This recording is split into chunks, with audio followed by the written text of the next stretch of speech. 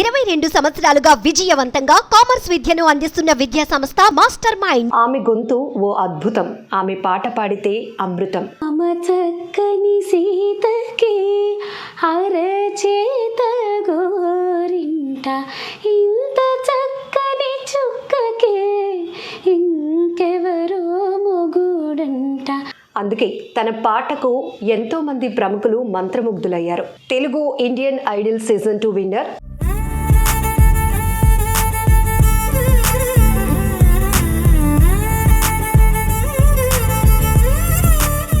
సౌజన్య భాగవతుల మనతో పాటు ఆమె ఉన్నారు.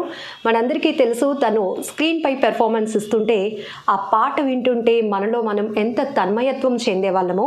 అలా అలా అల్లుకొని కొత్త కొత్త అనుభవాలనే. సో ఇప్పుడు సౌజన్య మనతో పాటు ఉన్నారు. ఆమెతో చాలా మాటలు మాట్లాడించుకుందాం. అంతకన్నా ముందు మంచి పాటలు పాడించుకుందాం. నమస్తే అండి. నమస్తే. ఇప్పటి వరకు స్టేజ్ పైన వాళ్ళకి ఇష్టమైన పాట, వీళ్ళకి ఇష్టమైన పాట కన్నా సౌజన్య భాగవతుల గారికి ఇష్టమైన ఫేవరెట్ సాంగ్. Yeah sure. అందెల రవమిది పదములదా,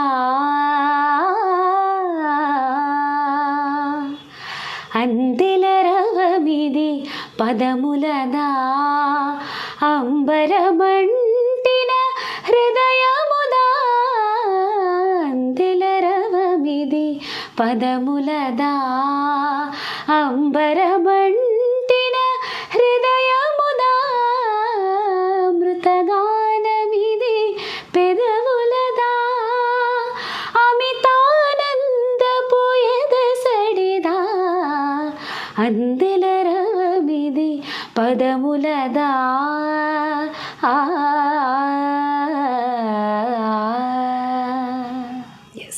ఆమెను టచ్ చేస్తే సంగీత ప్రవాహం అలా వెళ్తూ ఉంటుంది.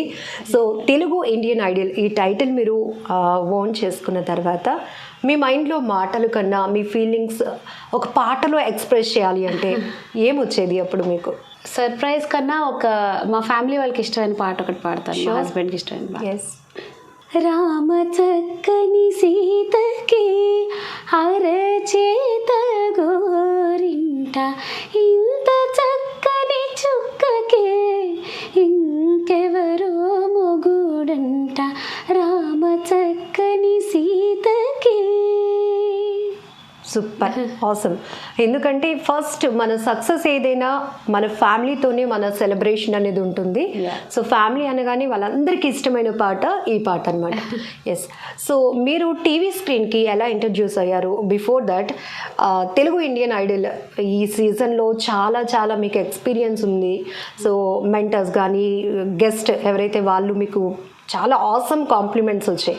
ఏమనిపించింది? చాలా గ్యాప్ తర్వాత ఒక కాంపిటీషన్కి వెళ్ళటం, మీరు విన్ అవుతారు అనుకున్నారో లేదో నాకు తెలియదు, కానీ ఆ రేంజ్లో అంటే టాప్ 5 కంటెస్టెంట్లో మీరు ఉంటారు అని జడ్జెస్ ముందే చెప్పేశారు. సో అక్కడ మీరు ఏం నేర్చుకున్నారు, ఏం తెలుసుకున్నారు? సో ఈ జర్నీ నాకు చాలా important thing in my life. ఎందుకంటే 5 years గ్యాప్ తర్వాత చాలా ఏళ్ళు నేను సరిగ్గా పాడలేదు. సో ఆ తర్వాత నా సింగింగ్ డ్రాప్ అవ్వకుండా మళ్ళీ ఒకప్పట్లా బాగా పాడాలి, ఇంకా ఇంప్రూవ్ అవ్వాలి, ఇంకా నేర్చుకోవాలి అని ఉండేది. సో అందుకే నేను ఆడిషన్ ఇవ్వడం జరిగింది. ఈ జర్నీలో నేను చాలా నేర్చుకుంటానని నేను అనుకున్నాను. ఎందుకంటే ఫైనల్స్ వరకు వెళ్తానని అనుకోలేదు, కానీ ఎవ్రీ ఎపిసోడ్కి ఒక కొత్త పాటను ఎలా ప్రజెంట్ చేయాలి, ఇంప్రూవైజేషన్స్ ఎలా యాడ్ చేయాలి, జడ్జెస్ ఇచ్చిన ఇంప్రూవ్మెంట్స్, జడ్జెస్ ఇచ్చిన కమెంట్స్ చాలా ఇంపార్టెంట్.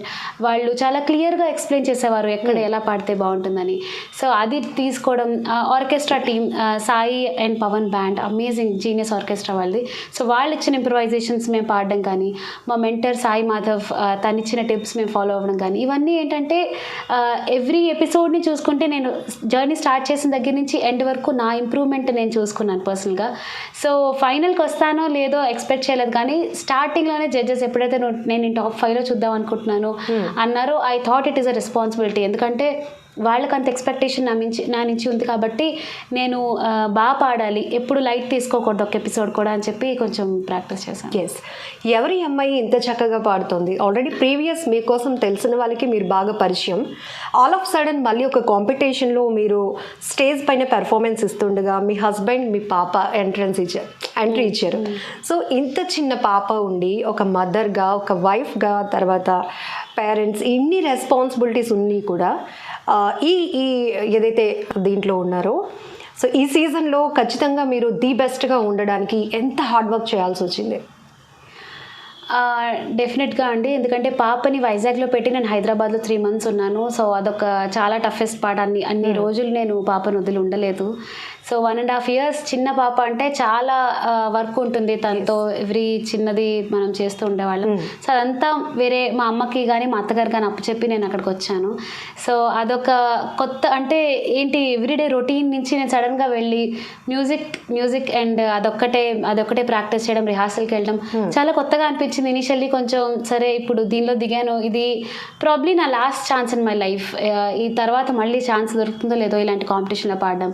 సో నా బెస్ట్ ఇవ్వాలి అనే థాట్లోనే ఉన్నాను. చాలా స్ట్రగుల్ అయ్యాను, కొంచెం కష్టపడ్డాను. పాప అప్పుడప్పుడు వచ్చి వెళ్ళిపోతున్నప్పుడు చాలా ఇబ్బంది అయ్యేది, దాన్ని వదిలేదు కాదు. సో తనకి తెలియకుండా, తను చూడకుండా ఉన్నప్పుడు నేను కార్ దిగి వెనక్కి వచ్చేయడం ఇలాంటివి చేశాను. సో ఇవన్నీ కష్టాలు ఉన్నా కూడా మంచి ఫలితం వస్తుందని ఎక్స్పెక్ట్ చేశాను. And luckily God's grace.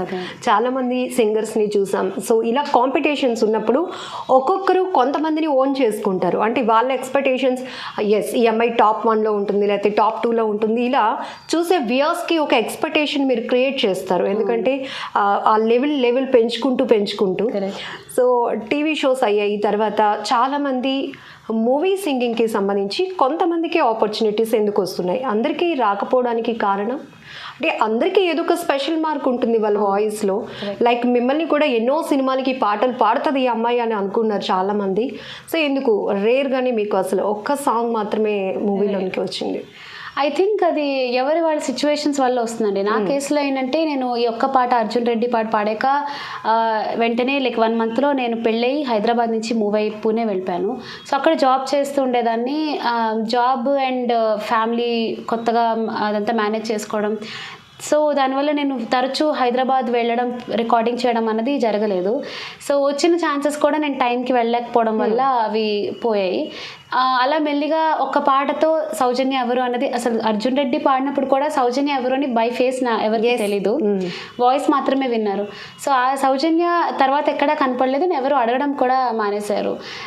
So మళ్ళీ ఇలా ఎండ్ అయిపోకూడదు, ఏదో ఒక రకంగా బయటకు రావాలని చెప్పి ప్రయత్నం చేశాను.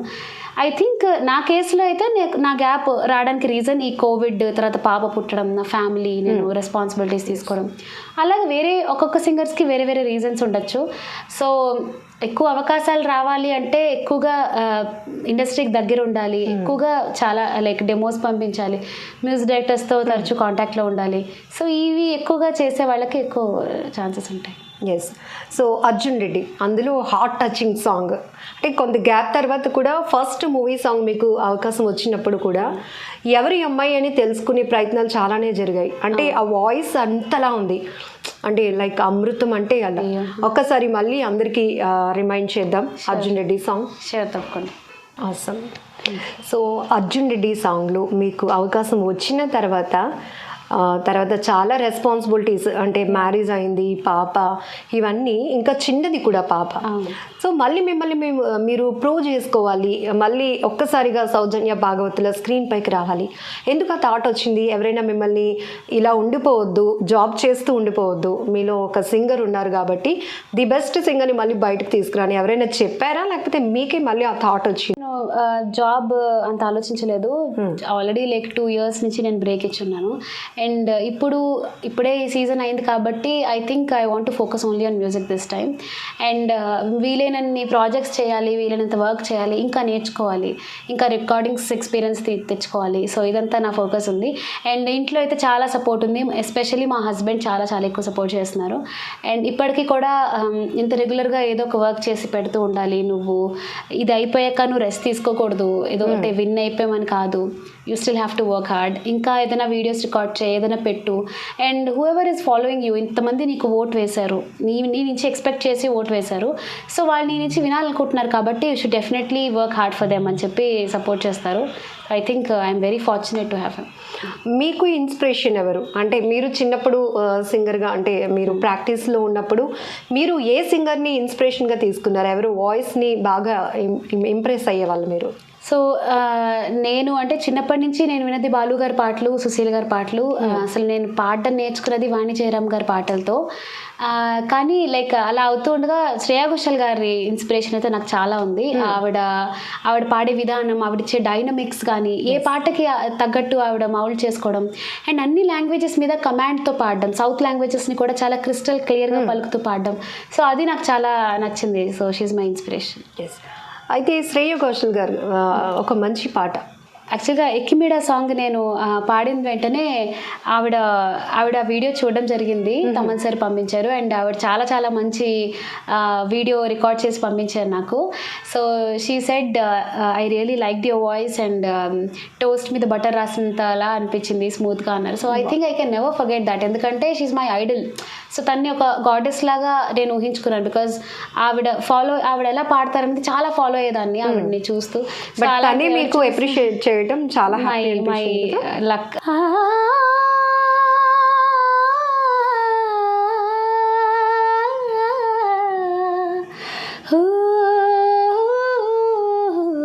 పువ్వైనా పూస్తున్నా నీ పరువంగానే పుడతా, మధుమాసపు వానల మంటలు రగిలించే ఉసురే నీవే నా మదిలో వాడా, నేనే నీ నటనై రాగా, నా నాడుల నీ రక్తం నడకలు నీ శబ్దం ఉందే తోడే దొరకని నాడు విలవిలలాడే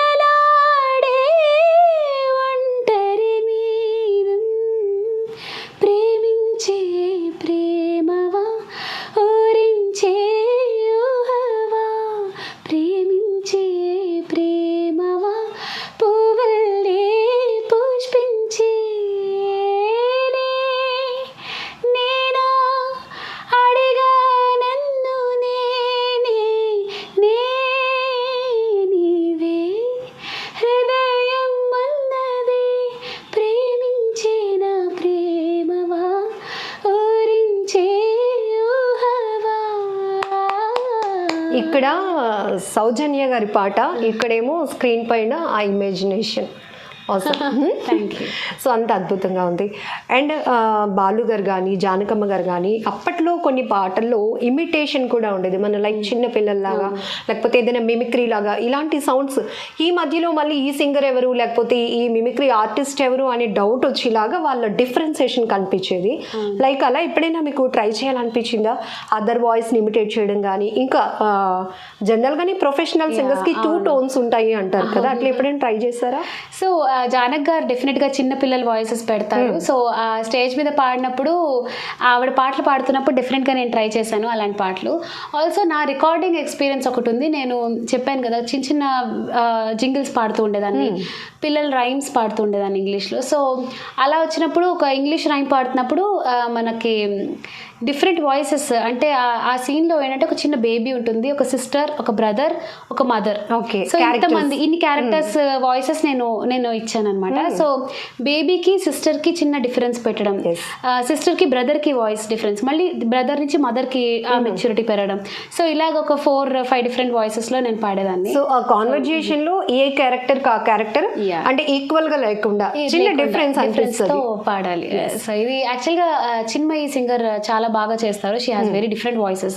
సో కరెంట్ ఉన్న సింగర్స్లో ఆవిడ చాలా డిఫరెంట్ వాయిసెస్ పెడతారు. సో అలా ఇన్స్పిరేషన్ తీసుకుని ఏదైనా కొంచెం ట్రై చేస్తాను. సో కిడ్స్లో మీ ఫ్యాన్స్ కోసం ఒక rhyme. Sure. Johnny, Johnny, yes mommy, eating sugar, no mommy, telling lies, no mommy, open your mouth, ha ha ha. Yes. So ఇంత డిఫరెన్స్ ఉంటుందన్నమాట. అంటే పాటలతోనే ఆపేయకుండా మల్టీ టాలెంట్గా వెళ్ళడానికి రేమ్స్ కానీ డబ్బింగ్స్కి కూడా చాలామంది ట్రై చేస్తూ ఉంటారు. ఎవరైనా అలా అడిగారా అండి, ఒక మంచి క్యారెక్టర్స్కి డబ్బింగ్ చెప్తారా అని? ఇట్లా లేదండి, డబ్బింగ్ అవకాశం ఎప్పుడు రాలేదు. కానీ వాయిసెస్ అయితే చాలా డిఫరెంట్గా ఇచ్చాను. జింగిల్స్ పాడాను, అంటే మనకి క్యాడ్బరీ యాడ్స్కి తెలుగులో నేను పాడాను కొన్ని యాడ్స్కి. సో అలాగా పాడడం, షార్ట్ ఫిల్మ్స్కి పాడడం, రీ రికార్డింగ్స్. క్యాడ్బరీ. Yeah sure. అలా అలా అల్లుకొని కొత్త కొత్త అనుభవాలనే నీలో నాలో కరుగుతుంది దూరం ఇవాళే నీలో నాలో కొత్త బంధాలే అవుతాయిలే అలా అలా అల్లుకొని కొత్త కొత్త అనుభవాలనే. ఆసమ్. సో ఈ బ్రాండింగ్స్ ఎలా ఉంటాయి అంటే ఒక అడ్వర్టైజ్మెంట్ వచ్చినప్పుడు ఆ వాయిస్ ని మనం కూడా పాడేసి Yeah. దాంట్లో అంత ఇన్వాల్వ్మెంట్ అవుతాం. అంటే యాక్టింగ్ ఏంటంటే voice. Correct. So super. So మీకు ఈ టైటిల్ గెలుచుకున్న తర్వాత నన్ను వీళ్ళు ఎప్రిషియేట్ చేయాలి అనుకున్న ఎక్స్పెక్టేషన్ ఎవరుంది? అంటే వీళ్ళు ఎప్పటికైనా నన్ను బాగా పొగడాలి, లేకపోతే నన్ను బాగా మెచ్చుకోవాలి, సో అలాంటి ఎక్స్పెక్టేషన్ రీచ్ అయ్యారా? యాక్చువల్గా జడ్జెసే అంత మంచి కమెంట్స్ ఇస్తారు అనుకోలేదు. సో వాళ్ళు ఫైనల్స్ వరకు ఇచ్చిన కమెంట్స్. అండ్ కార్తిక్ సార్ నాకు ఫైనల్స్లో ఒక మాట అన్నారు, ఇన్ని ఎపిసోడ్స్ నుంచి నువ్వు పాడిన విధానంకి నువ్వు కష్టపడిన దానికి this is my gift, this is my thing for you అని చెప్పి ఆయన నిలబడి స్టాండింగ్ ఓవేషన్ ఇచ్చారు. So that's the best thing. అలాగా లైక్ వాళ్ళ నుంచి అనుకోని విధంగా చాలా మంచి అప్రిసియేషన్ తీసుకున్నాను. అండ్ ప్రతి గెస్ట్ దగ్గర నుంచి తీసుకున్నాను. అది కాకుండా ఎప్పటికైనా ఈ మ్యూజిక్ డైరెక్టర్ దగ్గర లైఫ్లో ఒకసారైనా పాడాలి అని అయితే ఉంది, ఎక్స్పెక్టేషన్ ఉంటుంది. సో అది రెహమాన్ సార్, ఏఆర్ రెహమాన్ సార్ దగ్గర ఒక సాంగ్ అయినా ఎప్పటికైనా పాడాలి.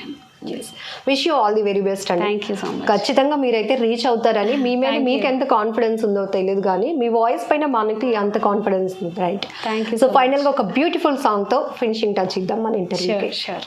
నేను ఈ సాంగ్ లైక్ షోలో పాడాను అండ్ చాలా చాలా మంచి అప్రిసియేషన్ వచ్చింది. సో ఆ సాంగ్ పాడతాను. అందాలలో మహోదయం భూలోకమే నవోదయం పువ్వు నవ్వు పులకించే హాయిలో నింగి నీలా చుంబించే లాలిలో తారల్లారే విహారమే అందాలలో అహో మహోదయం భూలోకమే నవోదయం. సో మెగాస్టార్ గారు శ్రీదేవి గారి సాంగ్తో ఫినిషింగ్ టచ్. సో ఇంకొక విషయం అడగాలనిపించింది, వాయిస్లో బ్యూటీతో పాటు వెరీ క్లియర్ వాయిస్ మీది. సో ఎనర్జీ కూడా చాలా ఇంపార్టెంట్. కంటిన్యూస్గా మీరు ఎన్ని పాటల వరకు పెర్ఫామ్ చేయగలుగుతారు? ఎప్పుడైనా ట్రై చేశారా? చేశాను. అంటే చిన్నప్పుడే నేను మా చెల్లి కలిపి ఎక్కడైనా స్కూల్లో వాటిలో షోస్ ఇచ్చేవాళ్ళమి. సో అప్పుడు పాడిన అలవాటు ఉండడం వల్ల ఐ థింక్ నేను ఒక స్ట్రెచ్ మేము ఒక 2-3 hours షో చేసాము. సో ఐ థింక్ అలా 2-3 hours పాడొచ్చు. ఓకే. సో ఫైనలీ మీ గోల్ ఏదైతే ఉందో రెహమాన్ గారి దగ్గర ఒక అవకాశం రావాలి అని, ఒక పాట పాడాలని. Wish you all the very best అండి. Thank you so much. నమస్తే.